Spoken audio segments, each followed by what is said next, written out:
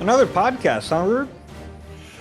Is this 4 weeks in a row with either an emergency pod or a regularly scheduled extra pod? Yeah, I think so. Yeah, that's got to be a record. We're keeping I, busy. I'm sure The bat somebody out signal there. went out and we're ready. Yeah, I'm sure somebody out there is keeping stats on how many we do per week. But yeah, it's been a busy May, which is usually kind of a quiet time in Eaglesville, but it's been eventful. This is the Eagle Eye Podcast. We're presented by Nissan, Reuben Frank, and Dave Zangaro. We wanted to hop on here and just talk to you guys a little bit about Bryce Huff, close to getting traded to the San Francisco 49ers, that deal being finalized for a mid-round pick. It's not really about the pick, though. It's about the Eagles just washing their hands of a player that didn't work out here, a move that didn't work out. Yeah, and the pick's a little bonus, but obviously, look, Howie's track record is exceptional, but every GM has misfires, and this was one of them. Look, this was a guy who had double-digit sacks in 2023, and you pay him a lot of money to come here and do the same thing. It just didn't happen. Um, got off to a slow start, got hurt.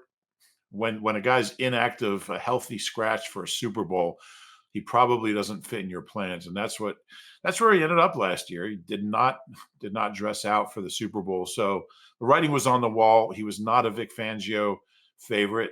I think it's safe to say, and they have other options. So whatever you can get, I wasn't sure he was tradable, but Robert Saleh, as you've been saying for the last week, he's a guy who had a good relationship with him with the Jets. He played for him from 21 to 23 in New York, and he gets him back. And maybe he can resurrect his career after just a dreadful 2024 season. But for the Eagles, it's one less headache, one less guy they have to worry about moving forward.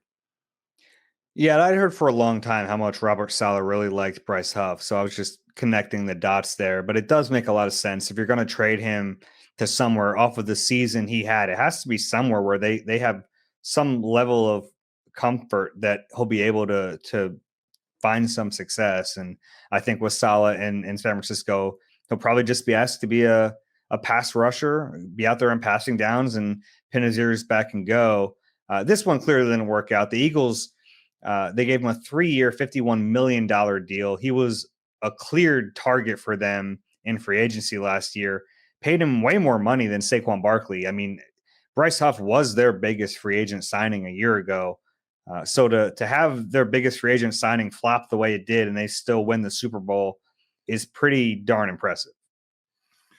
Yeah, it is. I think the Saquon signing worked out. I would say. I think I think so, yeah. we can agree on that. And that Uh, Zach Bond one was pretty good too. that did go pretty well for them. But yeah, I mean, this is a guy who made 17, signed for 17 million a year, and made a good chunk of that last year without doing anything. Um, and good for Howie for just kind of, look, I messed up. It didn't work. Let's move on. And a lot of GMs wouldn't do that. They would try to make it work against all odds, just because every GM wants their guy. Look, there's not a lot of GMs that have the job security of Howie Roseman, so he has that luxury of, let's just get rid of this guy. It costs us a lot of money. Who cares? We move on. We're a better team without him. We got other guys we like who can rush the passer. I just don't think there's a lot of teams that would have done this quickly, and get this little in return. You get a pick, but really, like you said, it's about washing your hands of the player. Howie's got that luxury of being able to do what he thinks is best for the team, regardless of the appearance, how bad it looks. Yeah, I mean, the sunk cost fallacy beats up on teams sometimes, right? Like you just get some GMs just won't admit their mistakes. And I think Howie early in his career fell under that a little bit, but he's a veteran now in this game. And you've mentioned it. He has the job security that you can survive something like this. And honestly, the Eagles are in such a healthy spot in terms of their assets and roster building that, yeah, it hurts to miss on a free agent signing like this, but it doesn't hurt them that much. I mean, it didn't hurt them last year. They won a Super Bowl and they're still in a really healthy spot as a Super Bowl favorite going into 2025. Yeah, and that just tells you what a phenomenal job Howie and his scouts have done building this roster, building this team, where you can absorb something like this. And look, a lot of teams, if you have a disastrous number one big ticket free agent disaster, I think I said disaster twice. I apologize, a little redundant, but you know what I mean. If you have something like this, it's tough to absorb it. It can have a real damaging effect. This franchise is so solid, and just so many good decisions have been made around the one bad decision, the one really glaring bad decision, that the franchise can absorb this and still be, like you said, a Super Bowl favorite, a Super Bowl champion, even with a $51 million free agent who contributed nothing last year and is gone after one season. So that speaks volumes about where the Eagles are as a team. Let's get into some of the details of this trade. It's being called a mid-round pick. We don't know what that means, but my guess is that it might even be a 2027 pick. We don't know that for sure, but the Eagles have a ton of picks next year, so we'll see where that lands. Maybe they can get some kind of conditions involved in it. If I'm the Eagles, I would try to do that, because I think there is a chance that Huff goes to San Francisco and is productive again.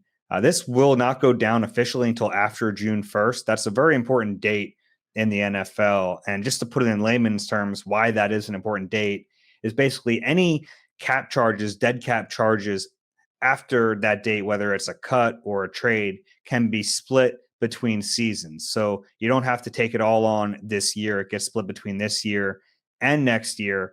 And on top of that, there's been a contract restructure to facilitate the trade between the Eagles and Bryce Huff. Field Yates of ESPN has some of the details here. Bryce Huff had a $15.5 million fully guaranteed option bonus. The Eagles declined it. It turned into base salary, and then $9 million of that base salary was paid out in a signing bonus, which means the 49ers take on the remaining money, around $8 million. So the Eagles were happy to pay a little bit of money upfront in cash and say, all right, he's out of here. We'll move on. Yeah, I wonder what it's like to write that check, or I guess it's direct deposit, but that's a lot of money for an oops. I don't know if how he's going into Jeff Lurie's office and I go, sorry, boss, I messed up this one. He walks in with the Lombardi trophy though in his hand. Yeah. By the way, remember this? Yeah. Yeah. Look, every team has these. The Eagles have had less of these over the last 4 years or so, 4 or 5 years than most teams. So it's going to happen. I mean, this is like a Stacey Andrews level, disaster as far as free agents go. This will go down as one of the worst, considering the money and the expectations and just how little he contributed. But they'll move on, and I'm curious to see how it goes for him in San Francisco. He's back with a coach that gets him and that he's got a relationship with. He certainly didn't have that here.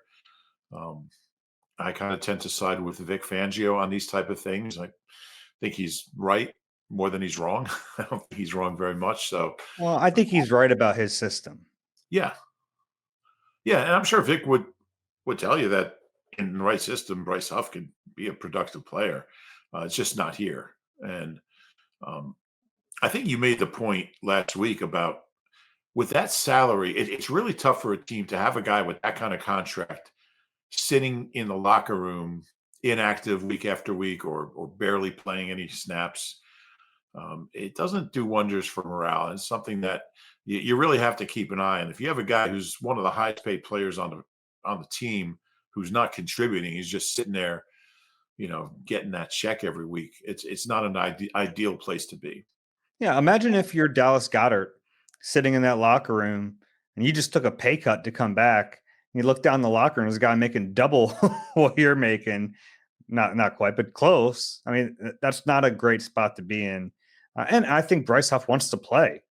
I think he was frustrated that he didn't get playing time last year. So a rare, real miss between the front office and the coaching staff. And maybe this was partly because Vic was just coming in and maybe the front office didn't fully understand what he needed, or maybe they overestimated what Bryce Huff could do in terms of a complete player, because there was projection. And we knew there was projection from the moment they signed him. He hadn't been a full-time player. He hadn't started games. So he started a few, but like they were projecting him to come in and be an every down player. That's a big projection, and was one either they were completely off on, or Vic just didn't see the vision they did. Yeah, and the analytics said really nice things about Bryce Huff. That if his success rate and his his pass rush, his pressure percentage, all those things were pretty good. Sometimes that doesn't translate when you increase a guy's snap count. I also wonder. Look, they tried to make him an every down player with that kind of contract. You don't want just a guy rushing the passer on third down. It just didn't work out, and um, it never took. It's just not who he is as a player. And no matter how much money you give someone, you put them in a position that they're not good at. It's just not helping anybody. He's not a first down player. He's not a run stuffer. Um, I got the feeling he didn't really want to be. He wanted to be a pass rusher. That's where the money is. But yeah, they're the edges they have now are guys that are complete players, and he just wasn't one of them. Yeah, I want to get to their current stable, but let's do that in a little bit.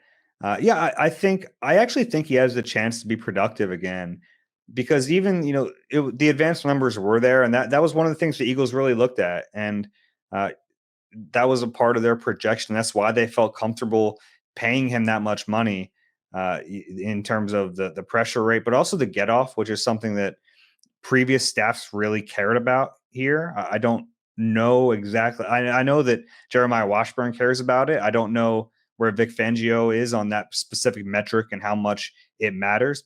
I think there's probably a little bit more reading and reacting than when you're talking about like the Jim Schwartz get up the field type defense, or at least the defensive front. So, and that's kind of what Salah is going to, I guess, let him do in San Francisco on passing downs. I wouldn't be surprised to see him have a productive year. I mean, these guys had double-digit sacks under Salah in the past, so a couple years ago, not that long ago. So it's possible. And in terms of like why the Eagles would trade him to the NFC, I think that, like I said, going to a place where a coach has a clear cut vision for him, feels comfortable with the player. Because like you mentioned, I don't know how much value he had in general around the NFL. You see a guy who gets paid all that money, barely plays, and then is a healthy scratch in a Super Bowl under one of the longest tenured defensive coaches in the league, and you're going, well, if he doesn't see it, like, why would we trade for this guy? It was going to take the right landing spot, and this might have been the only one. Yeah, I would agree because if you had a chance to send him to the AFC, you would. Not that you're going to be all that concerned about Bryce Huff coming back to haunt you, but uh, generally you're gonna do that. But um, I think they're probably just glad to find a taker at this point. It is funny because you're right. Like in terms of the production for the money, he should go down as one of the worst free agent signings in team history. I wonder if we'll remember him that way just because of how well everything else went this season. So many of those other free agents that haven't worked out, like the team's kind of been bad, and you can point at that and say, well, they would have been better if this guy worked out. The Eagles weren't going to be better than winning the Super Bowl this year. Yeah, well, maybe they could have beaten the Rams by bigger score, but yeah, and that's what I mean about how the franchise is in such good health as far as the roster and just the construction that you can absorb something like this where the other disasters, whoever it was, you couldn't do that. Yeah. All right, let's take a little break. On the other side, I just want to talk to you a little bit about what the Eagles have left at the edge rusher position and whether or not it's enough. You deserve a car that thrills you, a car that puts goosebumps on your goosebumps. At Nissan, we've got everything from turbocharged SUVs to 100% electric vehicles that'll make your heart beat faster. Experience the thrill for yourself and shop your local Nissan store and nissanusa.com today. We are back on the Eagle Eye Podcast, an emergency Eagle Eye podcast. Reuben Frank and Dave Zangaro. All right, Rube. So Bryce Huff, gone or close to gone. Josh Sweat, gone. Brandon Graham, retired. It's a lot of pieces. I mean, even though Bryce Huff didn't play very much and probably didn't factor into their future, you look around like, do they have enough right now at edge rusher? It's a good question. I think we'll have a better answer at the end of training camp. They certainly have a lot of possibilities, a lot of options. I think the one category is Nolan Smith and Jalix Hunt. We know they're going to be the top two guys most likely. Jalix Hunt is still a little bit of a projection too. I mean, he hasn't played all that much. He played 240 some odd snaps last year, but the way he progressed during the season was really encouraging. I think we both agree he's going to have a big year and just kind of keep improving, keep getting better and more productive. And then they have the two veteran guys, Josh Uche and Azeez Ojulari, that they signed, who both had their moments in the league, but just have had inconsistency, injuries, whatever it is. I think out of those two, Ojulari is probably the more likely guy to be that next man in. They drafted a guy, Antoine Powell, who started out of Florida, went to Virginia, and really was very productive over the last couple of years. 25 and a half sacks and Virginia Tech. Did I say Virginia? I believe he went to Virginia Tech. 25 and a half sacks was the most in the BCS. He also had 32 tackles for loss over the last 2 years, tied for the most in the BCS. Now, he's not a super high prospect. He was a late round pick, but a guy who was productive. And then, they have some other guys.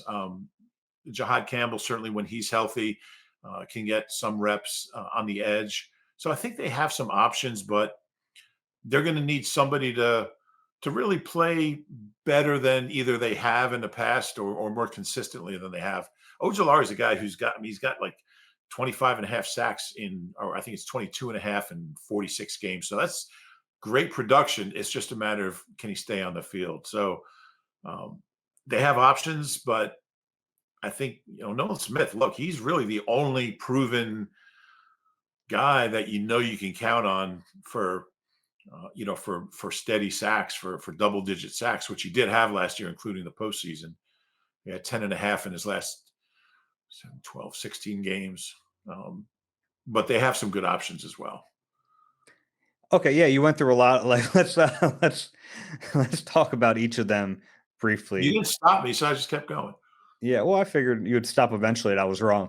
With Nolan, yeah, he returns as the top guy, and without him last year, they would have been in some serious trouble. I mean, they needed him to take a big especially jump after BG got hurt. Yeah, after BG got hurt, and especially with Bryce Huff not being a factor at all. I mean, if Nolan Smith doesn't step up and doesn't play a bigger role, I don't know how far this team gets, honestly. I mean, he was a big part of that defense. So he comes back as the top guy. Good sign, by the way, to see him on the field this week, despite that torn triceps that he's coming back from. So he's on track to be the number one. Jalix Hunt, we think, is on track to be the number two, right?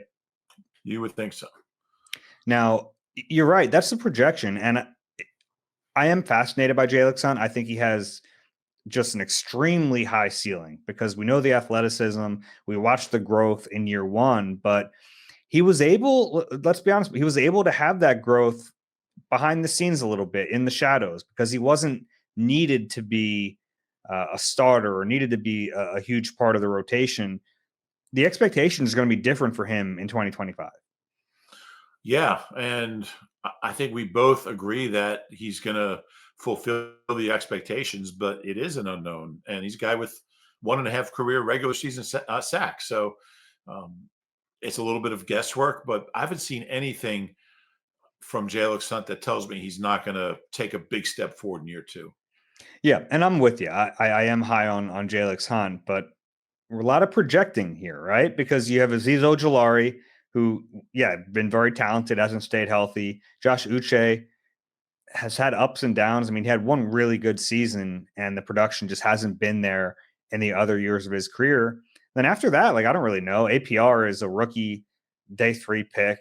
Patrick Johnson and KJ Henry, I don't think you can really rely on them. And then Jahad Campbell, we agree that he has some pass rush upside, but he's not practicing yet because he has the shoulder injury coming off the shoulder surgery.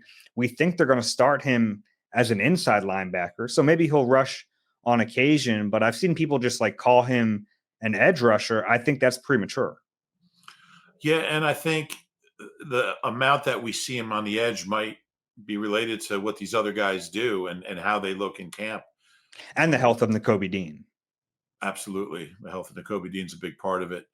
Um, yeah, I think and you're talking about a couple guys who've never had a career sack. It's hard to kind of have any expectations of them. Patrick Johnson's really a special team, where KJ Henry has bounced around, has never really been productive. O'Shawn Um, Mathis. O'Shawn Mathis, who was on the practice squad last year, at the end of last year. These are just kind of guys. I mean, if it's going to work, it's going. I think it's going to have to be a combination of either Uche, and you mentioned he had the one big year at 11 and a half sacks in 22. He's got just 5 in 2 years since, so not trending the right way. And he only had a couple in the 2 years, or I guess the 1 year before that he played. Um, the one guy who's been a consistent sack producer is Azeez Ojulari. He had an 8 sack season. He had a 5.5 sack season, a 6 sacks, but he's just missed so much time. What are you going to get from him? So I think he's got the best chance to be the next guy, just because he has been productive, but you have to balance that out with the injuries. Yeah, I think maybe the path here is you have Ojulari be the third guy in the rotation. So you kind of limit his snaps and make an effort as much as you can to keep him healthier than he has been in the past. But it's a bit of a gamble. And look, we're talking about one of the best rosters, if not the best roster in the NFL. They're Super Bowl favorites. So every time we talk about a potential concern, it comes with that caveat. But I think that the Super Bowl and how dominant the defensive line was kind of warps the way we should really look back at that defensive line. Like, that defense was incredible last year, but it was led by a great secondary and an all-pro linebacker. The defensive line was good, but it wasn't like they were dominating on a weekly basis like they did in the Super Bowl. Yeah, that's so true. And I mean, I've often speculated about what kind of contracts Josh Sweat and Milton Williams would have gotten if free agency started like after the regular season, and it would have been a lot less money. I don't know how much, but yeah, it's important to remember that. And they didn't get consistent pass pressure really until Nolan Smith really kind of got into a groove later in the season. And Milton had a few sacks, but you're right, and I think they're going to be okay. I mean, my obviously you miss BG for a lot of reasons, and Josh Sweat was streaky player, but a productive player, and did a lot of good things. Huff didn't give you much of anything. It's going to be tough. It's kind of like cornerback position. You lose Slay, you lose Maddox, you lose Isaiah Rogers. It's like 3 guys at each position. But you have reinforcements, but there's some question marks within that. Do you think there's a chance they try to add another one at some point? I think there's a chance. I mean, if it's not going well in camp, Howie. I mean, he'll find somebody to bring in. But I think if Jalix is what we think he is and what they think he is, and one of the 2 veterans looks like he's going to be productive and a viable. Look, we're only talking about, for that third edge, talking about 15 to 20 snaps probably a game, and then you're not talking about a guy who's got to play every snap. So if that's going well, and maybe one of the other guys starts showing a little something. But yeah, there's certainly a chance that Ojulari gets hurt. Uche is not being productive. The rookie Powell isn't getting it done, and it's tough to have big expectations on a 6th-round pick. If that's the case, we all know Howie. He will find someone. All right, I think that's all I have. Anything else you want to mention about this Bryce Huff trade? No, I think we really covered it pretty well. Okay, this was just a little extra pod. Who are we going to cast as Bryce Huff? Boston Scott. Oh, interesting. I miss Boston Scott. I do too. I like a little Boston Scott shout out to end this pod. If you enjoy the Eagle Eye podcast, please do us a favor, rate and subscribe wherever you get your pods. If you're watching on YouTube, please click the like button and subscribe there as well. For Reuben Frank, I'm Dave Zangaro. This has been Eagle Eye, presented by Nissan. We'll talk to you soon.